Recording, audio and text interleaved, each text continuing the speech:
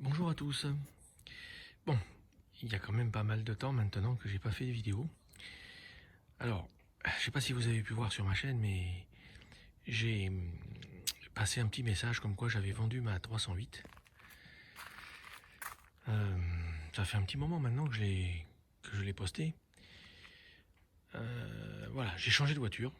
Donc la chaîne restera toujours Patroc 308. Mais bon, la 308 c'est un petit souvenir. Je le regrette un petit peu. Enfin, c'est pas que je la regrette, mais j'ai eu un petit pincement quand même quand je l'ai changé. J'aimais bien. Mais bon, j'ai un autre outil là qui est vraiment différent et bon, ça n'a vraiment rien à voir. Alors je pense que c'est la dernière voiture sur laquelle je mettrai autant d'investissement dedans. Ça sera la dernière. Mais voilà, j'ai voulu me faire un grand plaisir. Alors voilà, je voulais vous la faire découvrir petit à petit. Donc là, je vous laisse dans le suspense, mais voilà, on va reculer petit à petit.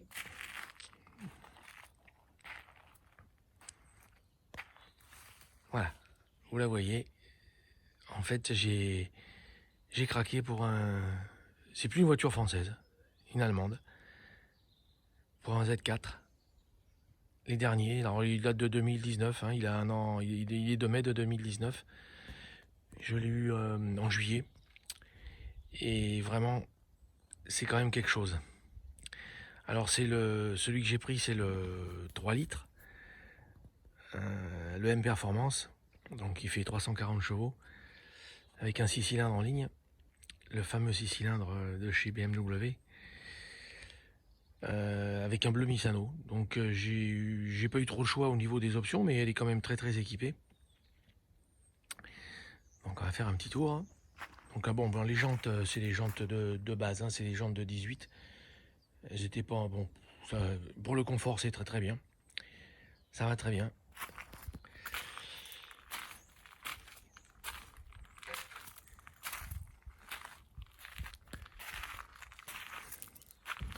Alors, par rapport au Z4 modèle 2, enfin, ils sont revenus à une capote en toile. Donc la malle est quand même assez importante. La malle est vraiment sympa. Il y a de la place. Je vous la décapoterai tout à l'heure là pour voir un petit peu. En fait, on peut la décapoter jusqu'à 50 à l'heure. Et elle prend pas d'emplacement du tout dans la malle. Donc on a un vrai beau coffre. Pour ce type de véhicule, hein, bien sûr. Attention, hein, on n'est pas dans les SUV. Hein. Mais pour ce type de véhicule, j'ai un coffre qui est très raisonnable, vu qu'il y a que de place. Donc il faut quand même mettre quelques affaires. Alors, je disais à mon fils, là, un truc qui me fait sourire, c'est que c'est la première voiture que j'ai depuis toujours. Ou lorsque je me mets devant, j'arrive pas à atteindre les essuie-glaces. Bon, c'est une anecdote qui est rigolote, mais il est tellement long le capot que même moi qui suis grand, je peux pas y aller. Alors, maintenant qu'on a fait un petit tour, je vais vous montrer le toit qui se rétracte.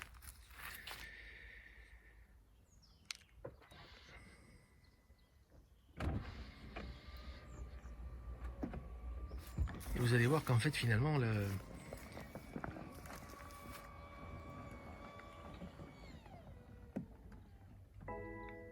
voilà. Donc, en fait, la malle est vachement... La malle est très bien. Voilà, on a une malle...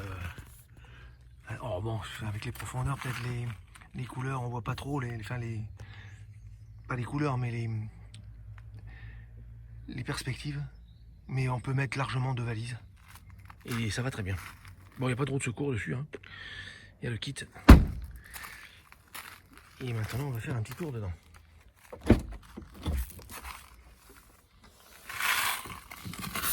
Alors, un petit tour dedans. Alors, tout ce qui est au niveau compteur et tout, ça n'a rien à voir. Bon, c'est une boîte automatique, hein. Une boîte 8 rapports. La plupart des fonctions se font par cette molette. Alors les options qu'il y a dessus, alors bon, j'ai pas eu le choix, hein, puisque je vous ai dit, je l'ai prise d'occasion, mais elle avait 17 000 km. Donc les options qu'il y a dessus, c'est affichage tête haute, la peinture bleu Misano, le cuir, une couleur caramel. Il y a aussi, que je dise pas de bêtises, lorsqu'on a le régulateur automatique, c'est-à-dire qu'elle se cale à la vitesse de la voiture de devant. Si vous êtes à 130 par exemple, et la voiture devant à 120, ben elle se recale. Donc vous déboîtez. Dès que vous mettez votre clignotant, hop, elle se recale tout de suite à la vitesse de croisière que vous avez mis au régulateur. Bien avant d'avoir déboîté d'ailleurs, hein, c'est assez marrant. Et ensuite elle a le parking, c'est-à-dire que lorsque je rentre en marche avant par exemple, dans une place, je peux pendant... Alors elle garde en mémorisation pendant 20 secondes, je crois que c'est ça, 20 secondes, la trajectoire qui m'a permis de rentrer dans la place. Donc en fait quand je mets en fonction cette option, elle sort automatiquement toute seule. Le parc assise, bon je l'ai pas, hein. J'ai pas de caméra, j'ai pas la caméra de recul, j'ai juste les bip bip. Bon, c'est comme ça, pas grave. Le principal c'est ce type de véhicule que je voulais depuis longtemps. Et après les options, écoute, c'est pas trop important. Après elle a tout ce qui est Apple CarPlay, elle a le Internet. Alors Internet, il est valable pendant les 3 ans. 3 ans. C'est-à-dire que pendant 3 ans, lorsque vous achetez votre véhicule neuf, vous avez l'Internet. Après, il faut le remettre ou pas. Si vous le voulez ou si vous le voulez pas. Donc là, vous voyez, j'ai 19 667 km. Donc les palettes au volant. Alors moi, ce que j'aime bien, hein, par rapport à d'autres véhicules, par exemple, avant la 308 GTI, j'avais une 308 GT diesel. Mais ce qui est bien, moi je trouve, c'est les palettes qui sont fixes au volant. C'est-à-dire quand vous tournez, les palettes suivent. Ça vous évite d'avoir des rallonges de palettes. Et franchement, c'est top. Enfin, moi j'aime bien. Bon, on va la mettre en route un peu. Bah, de toute façon, je vous ferai des vidéos avec, comment dirais-je, avec en route, quoi. Parce que j'ai changé de portable, il est très gros celui-là, j'ai pas de support adéquat. Donc je suis un peu ennuyé, je vais en commander un. Et puis depuis le temps, il s'est passé tellement de choses entre le confinement. C'est pas toujours simple à gérer. Et puis bon, j'avais laissé un peu tomber les vidéos. Et puis je suis content de vous retrouver. On va la mettre en route. Donc on a 3 modes de conduite dessus. On a le mode confort, qui est le mode que je me sers le plus souvent. L'autre jour, j'ai fait des tests là. Enfin, j'ai fait des tests. J'ai regardé un petit peu les consos que je faisais sur autoroute. Alors, parce qu'évidemment, comme dans beaucoup de villes maintenant, pour la pollution, on roule à 110 sur l'autoroute. Donc je me suis calé à 115 et je consomme 4,8 litres. Et lorsque je suis à 135, je consomme 6,7 litres. Donc, enfin, avec l'ordinateur de bord, hein. J'ai que ça comme base. Donc on a le mode confort, on a le mode sport.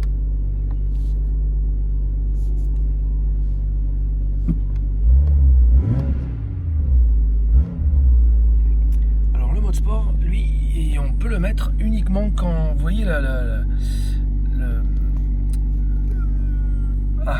je perds mes mots là. En bas à droite là, au niveau du compteur, vous voyez marqué cold. Tant que cold n'est pas désactivé, le mode sport vous pouvez pas le mettre. C'est une sécurité par rapport à la chauffe du moteur. Bon, ça me paraît tout à fait correct, hein. Mais une fois que cold est activé, vous pouvez mettre le mode sport. Pas avant.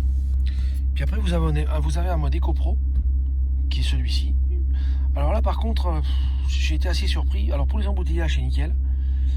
parce que vous avancez pas vite. Par contre, si vous voulez appuyer, ne vous attendez à rien du tout, quoi. Vous avez, je sais pas si on est sur 4 cylindres au lieu de 6, je sais pas du tout comment ça fonctionne. Mais on n'avance pas. Bon, après, dans les bouchons, c'est normal, on n'avance pas. C'est fait pour ça. Par contre, vous consommez pratiquement une misère. Hein. Vous consommez rien du tout. Alors, vous voyez là, par exemple, le mode call est désactivé. Donc, on va se mettre en mode sport. On va se mettre en mode sport plus. Après, vous avez la possibilité d'avoir du standard plus individuel. Alors, ouais, je suis un peu encore profane là-dedans parce que j'ai pas tout cogité au niveau des options et tout ça. Alors, on entend les 6 cylindres un petit peu là. Voilà, il pète un peu. Mais on vous le fera. On vous le fera sur route, ce sera plus sympa. Je suis repassé en mode standard. Bon, j'ai coupé le moteur. Voilà. Je compte faire quelques vidéos quand même avec le. Parce qu'on est au mois d'octobre, fin octobre là. Il fait 18 degrés. Ou 17, 18 ça dépend. Mais on est super bien. Donc je pense qu'on fera quelques petites vidéos avant l'hiver. Et puis sinon, vous me retrouverez sur la chaîne de toute façon avec d'autres vidéos, comme je faisais avec la 308, pour vous faire découvrir quelques paysages par là où je vais, et aussi pour,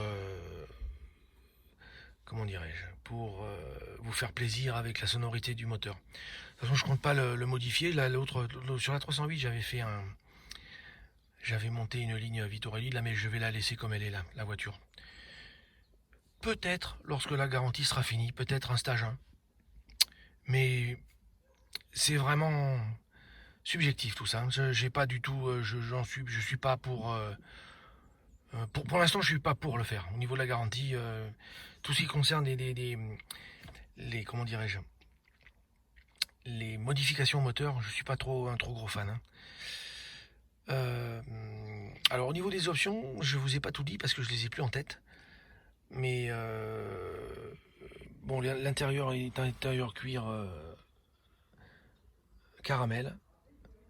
Il y a le chauffe-nuque.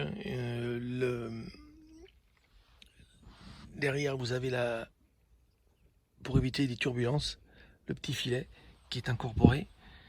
Bon, là, je vais recapoter là maintenant.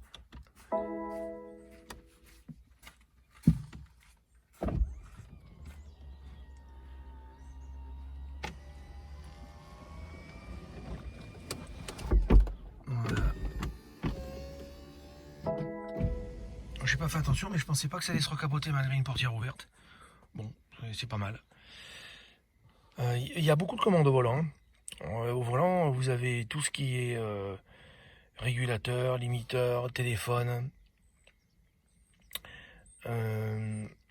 Vous avez aussi le réglage parce que il y a vous mettre la clé USB là. Enfin, moi j'ai une clé où j'ai mes musiques. Donc vous gérez aussi tout ça par là. Vous avez un chargeur par induction pour les iPhones. C'est pratique, c'est pratique. Et puis vous avez tout ici au niveau des commandes. Donc depuis quelques temps là, il me met un message d'update. Alors faut que je vois IBM là, parce que je sais pas trop. Si on update parce que l'autre jour j'ai voulu le mettre le mettre en chargement là, l'upgrade, mais il me disait pendant 20 minutes votre véhicule sera indisponible. Donc bon, je vais voir BM. Normalement il n'y a pas de souci, mais je voudrais pas avoir de mauvaises surprises ou des surprises auxquelles je m'attends pas. Et alors au niveau conso, vous voyez là, je suis à 9.3. Donc comme tous les véhicules que j'ai eu, je fais ma propre conso tous les mois là. Je remets à zéro tous les premiers du mois. Je suis à 9,3. Bon, je m'en sers pour aller au travail ou pour me promener. Et voilà, 9 litres 3. Bon, c'est normal. Hein. Enfin, je pense que je vais descendre un petit peu parce que bon, je tire pas trop dessus. Tant que je vais pas chez moi dans les Alpes, je tire pas trop dessus, donc je roule tranquille. Donc je pense descendre en dessous les 9 litres. Mais bon, avec un 6 cylindres, faut pas s'attendre non plus à avoir des consos, des faibles consos. Après, moi, ce que je vais faire, je vais voir la consommation sur autoroute, sur un long trajet, parce que je pense que, vu qu'elle a très très peu de prise au vent, elle est très basse, elle est vraiment très très basse, je pense que la conso devrait descendre rapidement, quoi. Parce que, je vous dis, 7, 6, 8 à 135, c'est quand même pas énorme. Par contre, après, dès qu'on appuie en mode sport, là, vous montez à 40 litres au 100, quoi. Donc, mais bon, de toute façon, quand on achète ce type de véhicule, si on commence à regarder la consommation, c'est pas la peine, hein. C'est un plaisir, c'est rien d'autre. Donc là, je vais sortir le véhicule.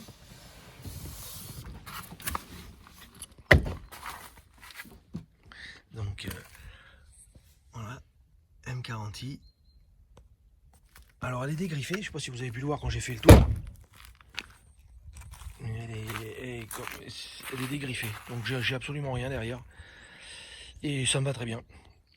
Donc, voilà. Alors, pour une première vidéo de ce véhicule, ben écoutez, laissez vos commentaires si ça vous plaît. Et de toute façon, on en fera d'autres. Ça, c'est sûr. Avant le couvre-feu. Bon, je rigole. Bon, il faut bien plaisanter un peu. Et je pense que je vous ferai d'autres vidéos, mais quand j'aurai acheté le support là pour le mettre sur le pare-brise. Parce que là, comme le téléphone est plus grand et l'autre que j'avais avant, il n'est pas adapté. Bon, ben voilà, je vous remercie. En tout cas, bien désolé d'être resté aussi longtemps sans vidéo. Bon, il y avait une bonne raison. Et puis bon, et puis le confinement n'a pas aidé non plus, hein. On pouvait pas trop sortir. Donc voilà. À très bientôt à tous. Merci de votre fidélité et puis bientôt sur la route. Au revoir et bon dimanche.